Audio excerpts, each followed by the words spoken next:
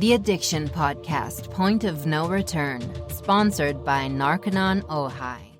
Hello, and welcome to the Addiction Podcast, Point of No Return. My name is Joni Siegel. I'm the host for this podcast, and this is episode number 186. When a person is addicted to drugs and or alcohol, the myriad of choices of treatments can be overwhelming. Narconon Ojai is a residential treatment facility that addresses the physical, mental, and spiritual aspects of addiction with a proven, evidence-based, drug-free, step-by-step program designed to free those trapped by addiction. For more information, call 1-866-231-5924. Today we're having an interview with someone that we interviewed earlier this year, Darren Prince. Darren Prince is a prominent sports and celebrity agent and global advocate for addiction and recovery. Through his agency, Prince Marketing Group, he represents icons such as Magic Johnson, Hulk Hogan, Charlie Sheen, Dennis Rodman, Chevy Chase, and the late Joe Frazier and Muhammad Ali, to name a few. As a leading authority in this space, his insights have been featured in the Wall Street Journal, New York Times, USA Today, CNN, and Dr. Oz. From selling his first business at 19 to building a multi-million-dollar talent agency, Darren has experienced what life is like in the celebrity world. Unfortunately, he also saw the dark reality of addiction through his own personal struggle. Over 11 years of sobriety, it's now Darren's mission to help others avoid and break free from addiction. Let's talk to Darren Prince. Darren Prince, thank you so much for being willing to be on the podcast again and to share your story again. We know that stories such as yours they resonate with people, and I always figure if just one person listens to your story and decides to get clean or decides to help their loved one get clean, it's all worth it. That's what it's about, just one. And I'm sure we're going to get to one today. Absolutely. I agree. So take me back to the beginning and how you got started on your journey with drugs.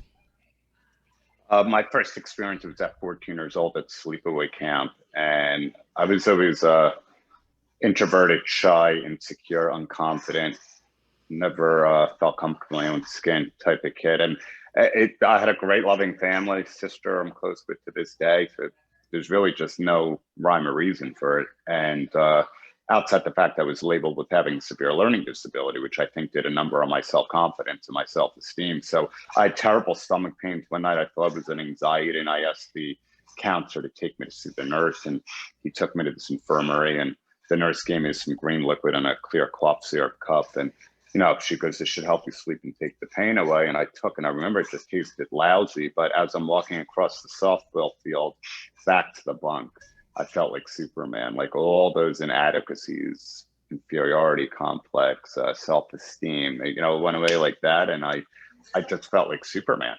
And I got back to the bunk. Now I was the talkative guy, the funny one, the cool one. I had the courage to go flirt with girls for the first time in my life at the bunk next to where we were in, and by myself, things I just never did before. And I felt just as good, if not better, than everybody in that moment on that night. And I went to bed I woke up the next day, you know, thinking nothing of it, did all my activities that you do when you're in sleepaway camp. And that very next night, I'm lying in the bunk and no stomach pains, but I'm obsessing on that feeling.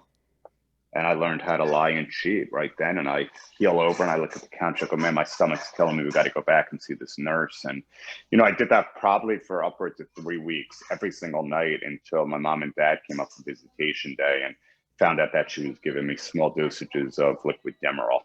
And, you know, back then you're talking 1984, you know, who knows how controlled it was or wasn't. But, you know, when I do I've done so many speeches around the country, and during the Q&A, there's so many people, oh, that nurse, I can't believe it. I don't blame the nurse, because 6 months after that, I had my wisdom teeth removed. And not knowing what these white pills were, but I was in some pain that my mom gave me. That feeling came right back. And those were extra strength Vicodin. And after they were gone in 2 days, because I think mom only got 6 or 8 pills, you know, that second night, I did the exact same thing. I'll go down, I'm holding my cheek, I put the crocodile tears on. I said, Ma, I think I have an infection. We got to go back to the dentist. And as a loving mother who wants to see their son or their child suffer, so she took me back. And I lied, conned, and cheated the dentist to give another prescription. I'm just on the phone all night calling my friends, and got to stay out of school. And that was the beginning of it for me. You know, it's interesting. You said that you give your talks and people say, oh, bad nurse, but she was likely told that liquid Demerol is for pain. And so you're complaining of stomach pain. What's she going to give you? Do you know? I don't see that as, you know, like a bad issue on the part of the nurse. I mean, one of the things we know in retrospect, especially as regards OxyContin, is that the pharmaceutical company lied about it and said it's not addictive. Do you know? Yeah. So doctors who prescribed it, they were believing the pharmaceutical company. Now, Darren, when you say you had learning disorders, and I got to tell you, I hate that kids get labeled. I hate the labeling of kids. I've seen this anti-labeling thing on like childhood is not a disease. And I always go, yeah, exactly. So were you ever prescribed drugs with your learning disability? In my early 20s, I was given Adderall for ADD. But I was always put in small classrooms, special ed. And I think that kind of made me feel less than, who knows if things would have been different. I don't think they would have been. I don't want them to be different, because I've never been in a better place in my life, and everything worked out perfectly and flawlessly the way my God wanted to do so. But you hear all the time, it's hereditary, this and that. And, I'm such not a controversial person, but Jay Shetty's a good friend of mine. He put up a post about something like that. I side with him that, Dr. Drew is a good friend, and I don't believe it. Do I think the likelihood, if you grow up in a household with drugs and alcohol?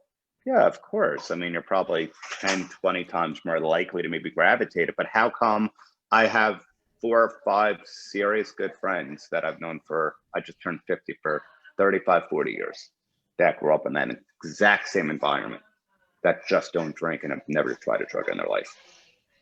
I think it's a personality disorder. It's something within us. Some who have the courage to speak up about feeling different, they'll go down that road. And then people like me that kept it inside and acted as if for so long, because I just love the feeling. Yep. And I agree. And I think one of the, the liabilities of labeling children is that if there's already something going on, if a child is having difficulty in school, and so then you slap a label on them and you call it something weird like ADHD or ADD or whatever you call it, and then they feel different again, and they're already feeling different, and they're already having problems. And when you're a child, the one thing you don't want to be is different. Yep, absolutely. And there comes a point when you don't mind it, but when you're little, it's not a good thing. Sorry, you want to say something? Well, yeah, I said we're all a product of our environment growing up, and some evolve and grow past it. I think a lot of us take it with us into the real world, and it's always told, the dumb kid, the stupid one. And thank God for my late father, because he saw something very special in me when it came to numbers when I was 14 years old. And I slowly but surely became a young superstar in the business world as a teenager. And that was my way to say screw you to everybody else, that I am somebody. But that also comes, that inferiority complex with a massive ego comes from that deep-rooted insecurity. So when I'm thinking I'm on top of the world and living this life and making all this money, and now it's, who's the dumb one now? Who's the idiot now? That's not a healthy mindset. That's a recipe for a disaster, because then I got into the real world, and, although everybody's looking at the outside and they're like, my God, what a business. I mean, this is incredible. You're on all the big talk shows and, with all these celebrities and that you represent and work for. How'd you do it? Like, I think in my own way, it gave me a drive to just go out and prove people wrong. And like I said, God bless my father, Darren Prince. When he was alive, he was my biggest cheerleader, and he just saw something very special as a teenager that he pulled out on me when I started my baseball card company. That's right. I was thinking about that because I listened to the earlier interview we did, and I read a bunch of articles today. And how old were you when you started your baseball card business? How old were you? I was 14, and I was always a late bloomer with a woman, as you call it. I made up for it later in life. It wasn't something I was interested in. I mean, every kid wanted to date at 13, 14, 15, have all the illegal house parties with some beer and wine coolers. And, when their parents weren't home, and they would call me to come hang out, stop playing with your stupid baseball cards. But I had this imaginary business in my brain. And when all my friends thought they were corny and not popular anymore, I had 3 different jobs. I was squeezing orange juice at a supermarket called King's. I worked in the stock room at a sneaker store called Mastro's. I was a busboy at a restaurant called Don's in town in Livingston, New Jersey. And I took all that money that I was making. I'd buy a collection for $50, $30, $100, whatever it might be. And one day, a teacher of mine, Elliot Loby, who's hands down one of the biggest mentors from school, we're still close to this day. I was in an intro to business class in 1984. I was 14, and he challenged everybody to go home and create a business. Type it up on your typewriter. I think computers were just getting big back then. He goes, I want everybody to kind of put together a power up on your business. And as I'm sitting there, I'm envisioning this real business. I was like, I kind of have a business because I've got so much value in baseball cards. And I typed it up, and I even made a cheesy little business card on a piece of yellow paper. My dad was in the typesetting and design business and advertising. And I felt so good the next day walking in with this card, and I named it Baseball Card City. And I actually won. I came up. So the validation that gave me for the first time to actually get an A in a class and get an A plus with what I created just changed my life. It truly did. So I went home that night. I told my dad I need insurance on my baseball cards. Father's looking at me like I'm nuts. What do you mean insurance? I go, Dad, I probably need about 8 or 9. I have a lot of money worth of baseball cards. And he was like, oh, he goes, all right, but I'll call the homeowners. I'll get you $1,000 worth of insurance. And I'm in my pajamas and I'm tugging on his shirt. I go, no, Dad, $8,000 or $9,000. And he's like, are you kidding me? Where did you get $8,000 or $9,000 worth of cards? And I went upstairs. I come down with all these shoe boxes. Everything's perfectly organized, very like OCD-ish type of mode, and with price labels on them. And I had a price guide, and I told him how I got them all. And he's like, but who buys them? And I go, it's funny you should ask. So I pull out this magazine, which was like the stock market of the baseball card industry back then, called CCP, Current Card Price Guide. And I used to pay a FedEx fee to get it early because it legitimately was like getting the Wall Street Journal every day. And I would see what I had and what the value was. And he's like, Darren, it's interesting they're worth this much, but who buys them? Like, what can you do to start actually selling them? Pulled out a newspaper at this big. I said, Dad, again, funny you should ask. There's a card show down the road at the Holiday Inn. And what that is I can rent a table for $25 for the day. It's 8 feet. And I could display my cards. I could buy, sell, and trade. And I think it's going to be really exciting, and it's going to be really profitable. So my friend Steve Simon, who actually runs my agency to this day, he's the vice president. We go back since we were 10.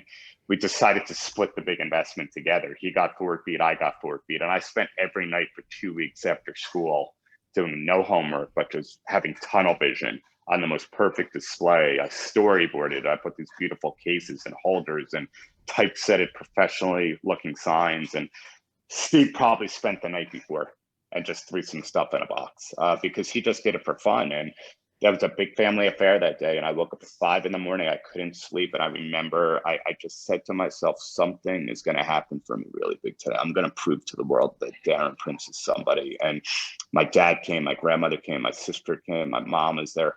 I made over $2,000 on that Sunday afternoon. Wow. And it was just incredible. My life changed in that room because I wasn't high, I wasn't on drugs, but it was euphoric. And I was this young hotshot kid that knew so much about cards and batting averages and who's hitting the most home runs and the most wins and the best pitchers. And I felt like people needed me. I felt like I was the one in that room for those 5 or 6 hours. I was the popular kid. I was the smart kid. I was the one that everybody wanted to hang around. And the interesting thing is when I got back to my house later that night, I put my cards away, and out of big envelope full of cash. And I sat down on my bed and I felt like that loser again pretty quickly in the back of school. I felt like that kid, the feeling went away within an hour or two. I needed more of it. I just needed that adrenaline rush. I needed that acceptance, that validation that I was somebody. And eventually that's when drugs came into play, because it filled that void when I was in that baseball card shoes. Wow. So successful at the baseball card. I was going to ask you, and then because that experience when you were selling the baseball cards, that was after the camp, right? Where you had the liquid Demerol. Yes. So you did find another way to experience that kind of high, but it didn't last. It did not last. And I mean, that business was absolutely incredible for me, because I was the first person literally in town that had a cell phone. When I was 15, I had to buy it because I started now dealing with very successful stockbrokers that would read my ads in the biggest publication every week. And in between class, I'd go get my cell phone and be in my locker. And you would just think, with all this success and all these prominent people calling me, that, you know, that would have made me feel good. I did, but just in that moment, because I was always looking for an outside fix that was really an inside job that, you know, chased me almost to death when I was 38 years old. Right. And, you know, we say a lot on the podcast that drugs are a solution to a problem. And even though you were very, very successful, as you said, when you got home and you're looking at the envelope of money, there's still the underlying, you know, insecurity or self-invalidation. It's still there. Still there. Yeah. Yeah. Yeah. Okay. So what drugs did you turn to at that point? So, I mean, because I had money and I was able to become the life of the party around 16, 17, junior, senior in high school, you know, I started smoking a lot of weed. I, you know, dabbled in cocaine, ecstasy, whatever it was, more or less, you name it, I did it. And Percocets, and obviously opiates were my drug of choice, my first love. And there was no legal repercussions. I was really on top of the world. I mean, I smoked weed first thing in the morning, and my thought process was going. I was always so fascinated by Walt Disney, who created Disney World high on LSD. And I thought I was going to do that in the baseball card business. And my dad knew that I was partying a little bit too much. And he would always tell me, you're not getting your creativity from that. You've got the creativity. He goes, you're just so unhappy with yourself because you're doing this too much. And one day, hopefully you realize it before it's too late.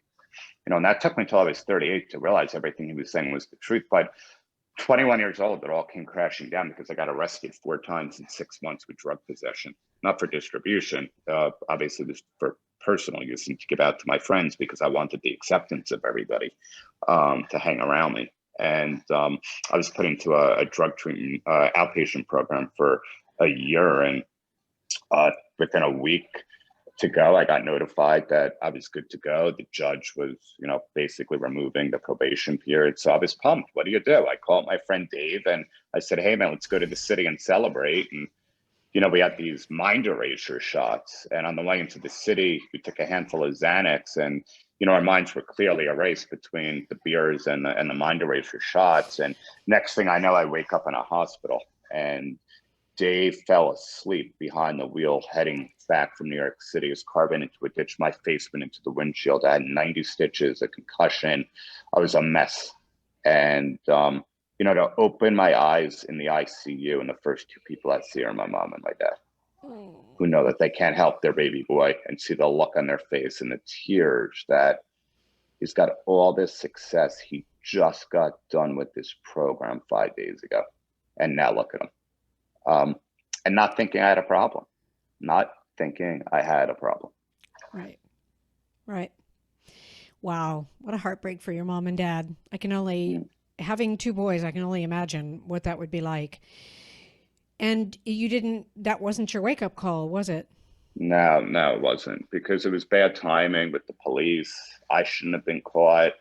You know, Dave shouldn't have been driving. You know, it just every excuse in the world. And, you know, there was no more legal problems related to drugs or alcohol or substances. But, you know, then I just took the business from the baseball cards to autograph signings with athletes and celebrities. And then I sold both those companies in different years. And I started the agency Prince Marketing Group with Magic Johnson as my first client. And now I think I have it all together. I'm 24 years old, the most beautiful woman, all the success, everybody wants my life, all that ego, which comes from that brokenness that I never addressed.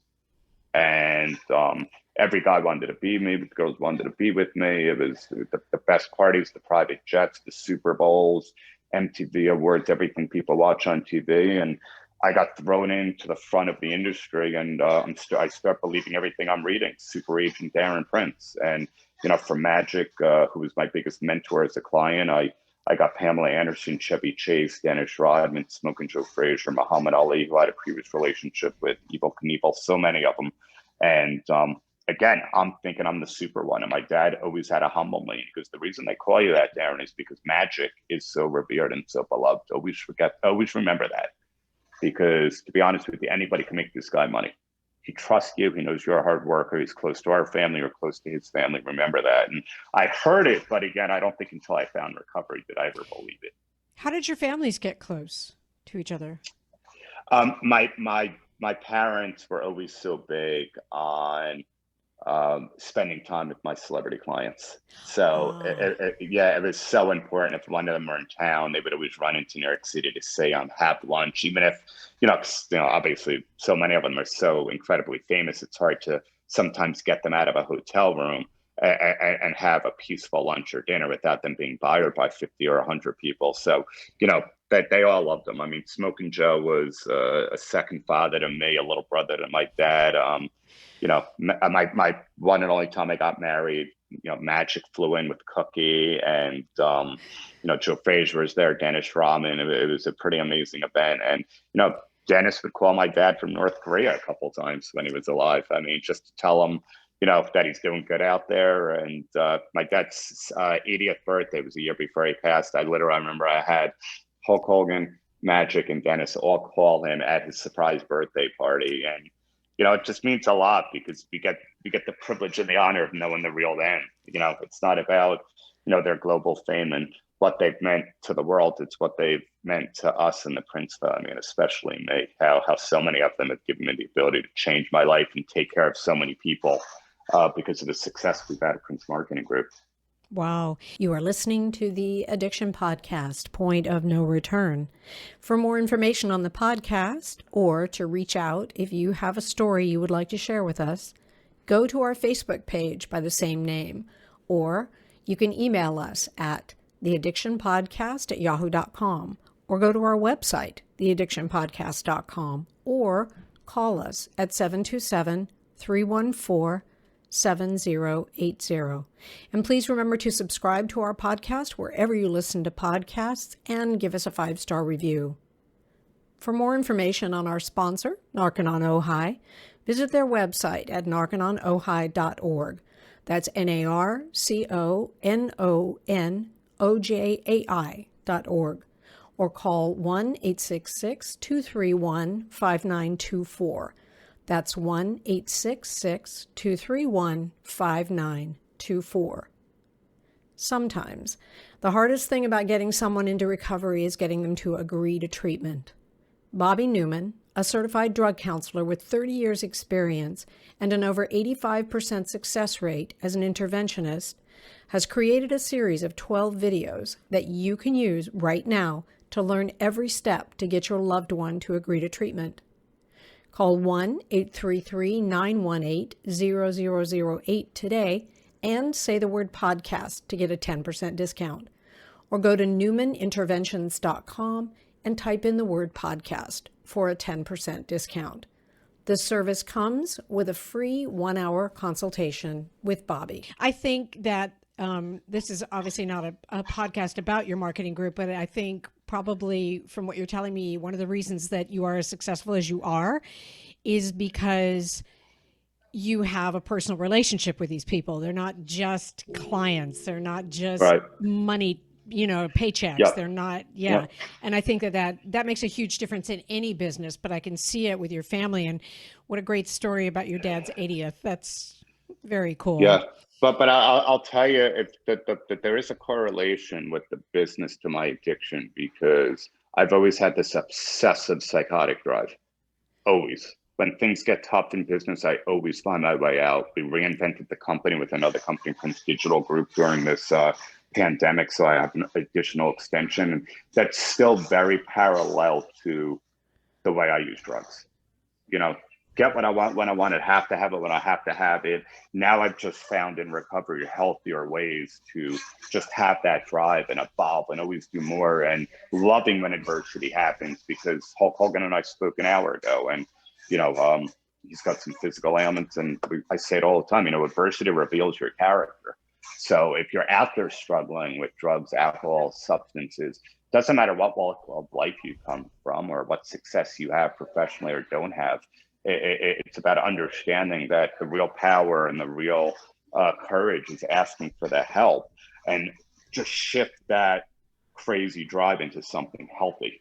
Once you get that foundation, once you surround yourself with people in recovery that they have what you want, and you work through the 12 steps and you become spiritual, you know, just put 100% into that. Blessings are going to happen when you're in recovery. Yep. There's nobody I don't know whose life got worse. And how it might not immediately get better, but we get better. You know what I'm saying? Our thought process gets better. But why did you get clean? I mean, why come off drugs? You're super successful. You have all of these clients. Why, you know, you've got some kind of a successful thing going. What was it that made you go, oh, I do have a problem. I do need to handle this?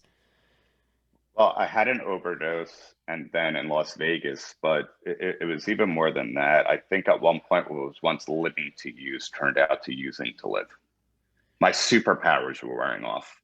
Whether it was oxys, Vicodin, Percocet, snorting them, chewing on them like bubble gum, Ambien at night, sniffing before I went to bed. I mean, the behavior was just so psychotic and animalistic to the point where every once in a while I would think, I literally just got off the phone with Chevy Chase or whoever it might have been, you know, Smoking Joe Frazier or Carmen Electra. And I'm like, Pamela Anderson, I was like, I'm getting off the phone with them. And instead of celebrating whatever call we're talking about a business deal, I'm running to the pill bottle.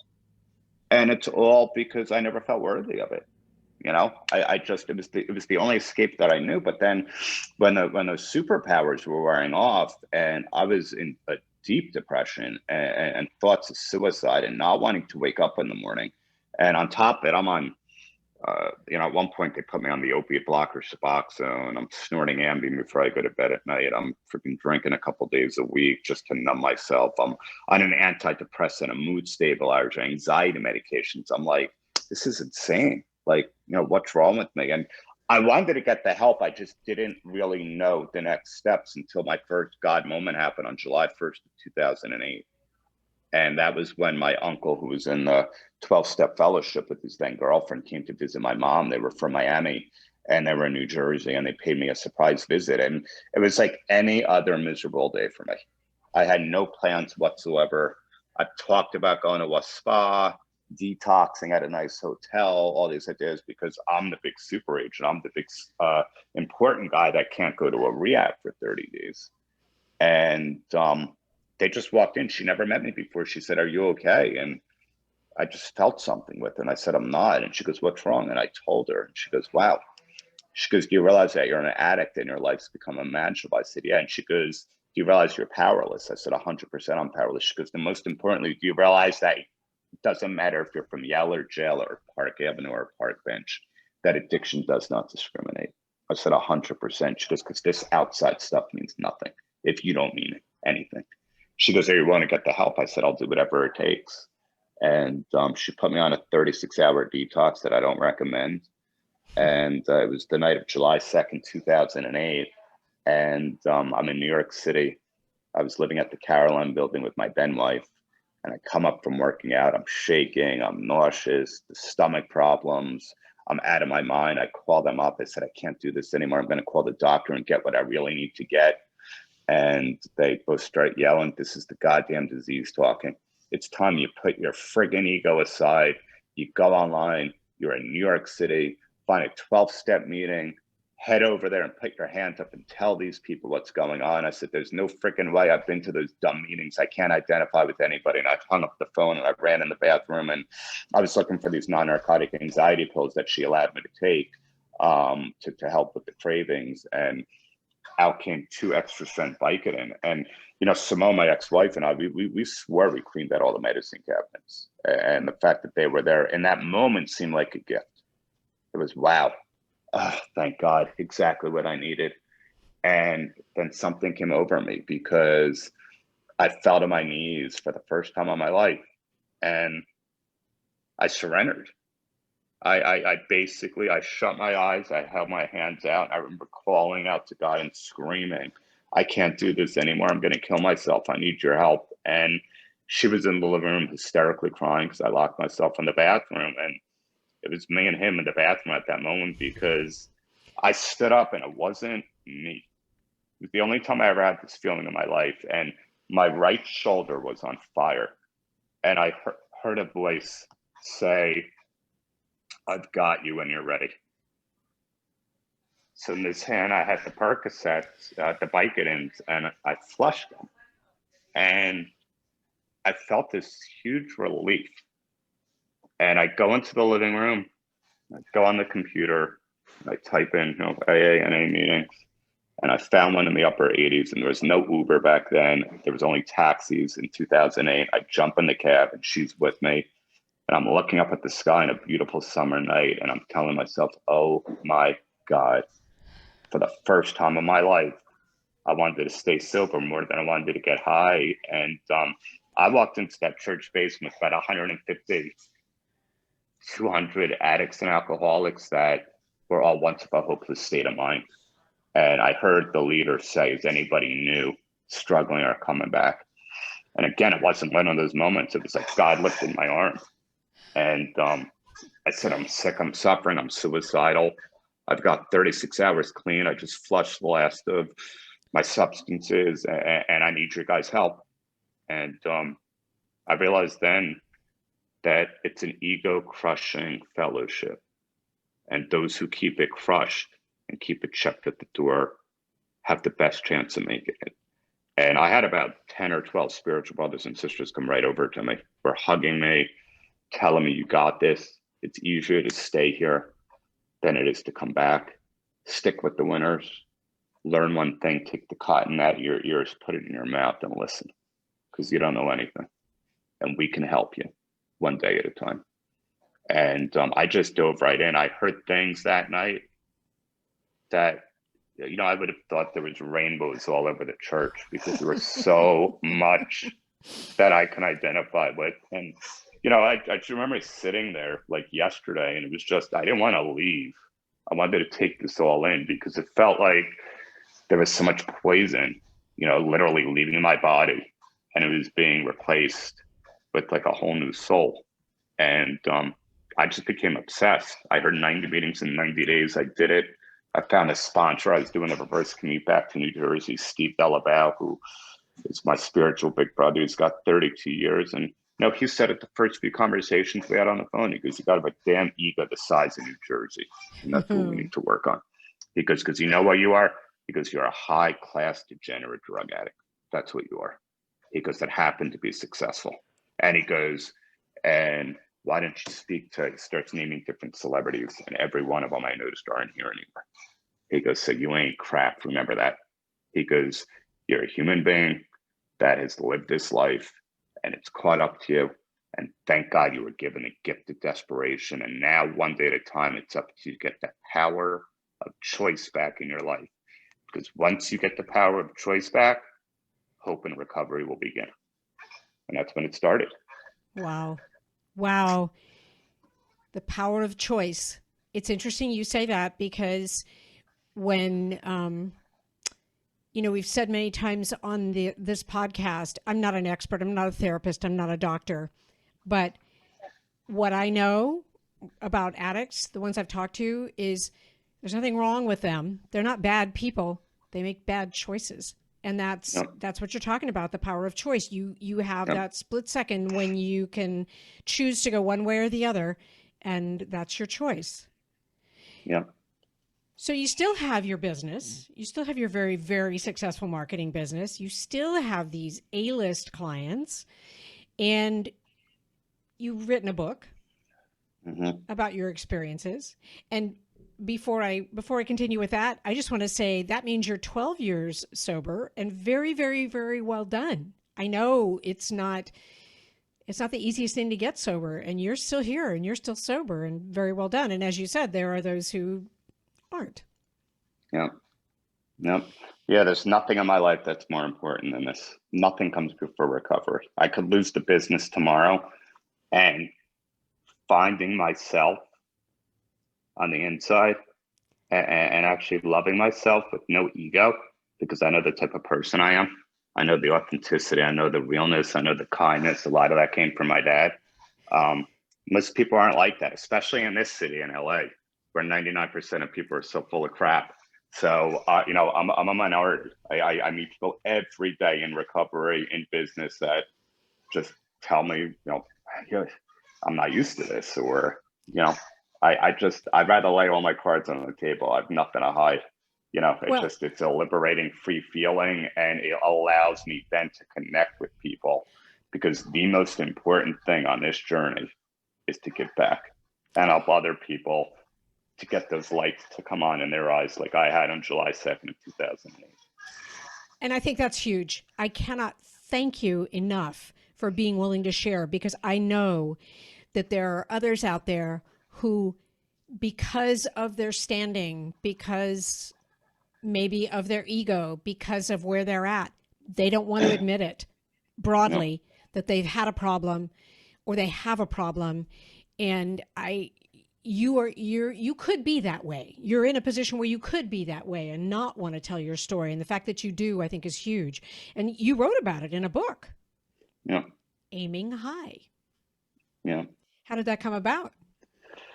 When my dad was alive, probably most of 2016, he kept telling me, I think it's time to write a book about the business and the success. And his crowning achievement with me, sorry, I got a little bit of allergies, was seeing me get sober, for sure. As much as he was proud about business, and we discussed it. I said, Dad, I don't think it's the right time. I take so many of the stories to the grave with me, with my clients. They trust me. He's like, well, no, maybe you could just share in a general way, because I think you'll inspire a lot of kids that, have learning disabilities or might not be ready for college or school. And I was like, I'll think about it. And it kept coming up. Hulk Hogan mentioned it one time to me at an appearance we had in Houston. And he's like, brother, he goes, there would be a bestseller. And again, didn't really put much thought into it. And then when he passed away, within a couple of months, sponsor Steve calls me up and said, Turning Point Rehab, the largest rehab in New Jersey, wants to honor me for all the work that I've done at their annual gala and give me the first annual Hope and Recovery Award. Am I okay speaking in front of 800 people? Never spoke in front of 800 people, knew nothing about it.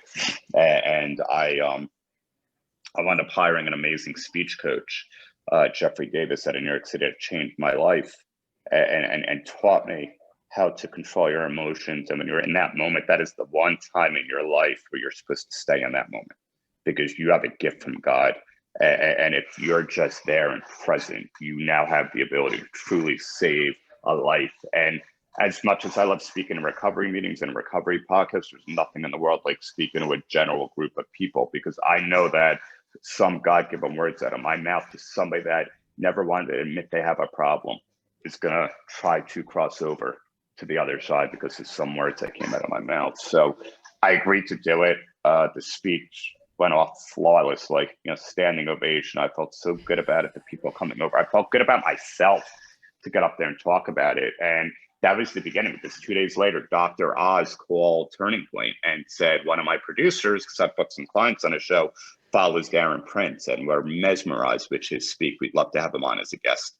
So I came on. And then about a week after that, I used to do business with the now President Trump when he was Donald Trump from Celebrity Apprentice. A lot of my clients were on there.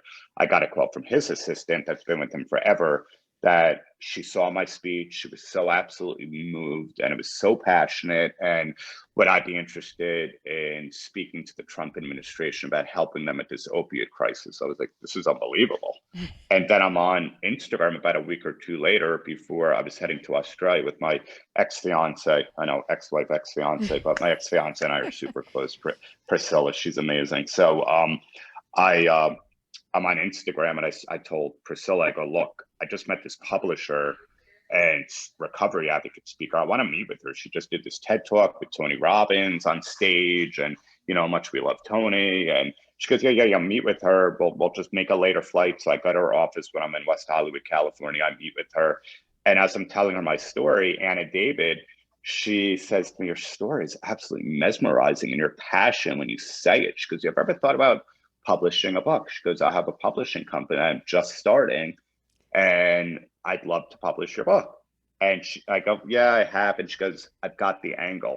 You have to take people as they're a fly on the wall on this journey from the hell of addiction to the beauty of spiritual recovery, and use your platform of who you are at the top of the sports and entertainment industry to get this message out there. We'll have not only a bestseller, more importantly, you will save and touch and inspire so many lives.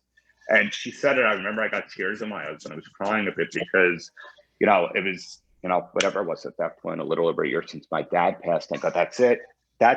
He put the book on my radar, but I needed to find the right way to package it. And, you know, we signed the deal, and a few weeks later, after I got back from Australia, I'm in Miami. And the one thing I wanted to do, because I needed to put star power behind it to get the book out there, because I know, as many people as know Darren Prince, I'm a nobody compared to my clients. And I asked Magic in person to write the forward, and he said he'd absolutely be honored. And within 3 days, Anna David, Kristen McGinnis, the writer that changed my life, that co-wrote it with me, we had no idea. We just wanted to become a bestseller. And I started getting screenshots. I was doing Chris Cuomo and all the big talk shows, that it didn't just become an Amazon bestseller, it became an Amazon bestseller in 4 countries. And wow.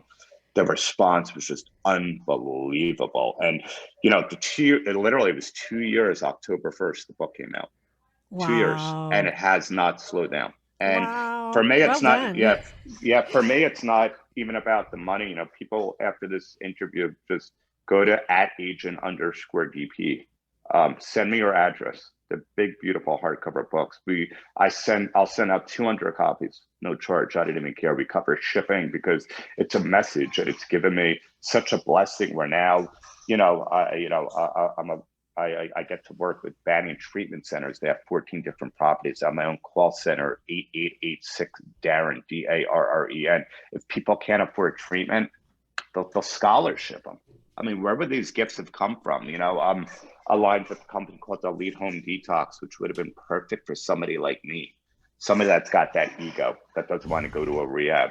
And these guys have the ability now in the privacy of their own home over a week to get the right nurses and doctors. And like, these are things I never would have known had I not gotten sober. And, you know, I finally developed the self-esteem that I was lacking from doing esteemable acts. And 99% of that comes from recovery. It's got nothing to do with the celebrity world, because, you know, the agent life is what I do. The recovery advocacy, that's who I am. That's me through and through.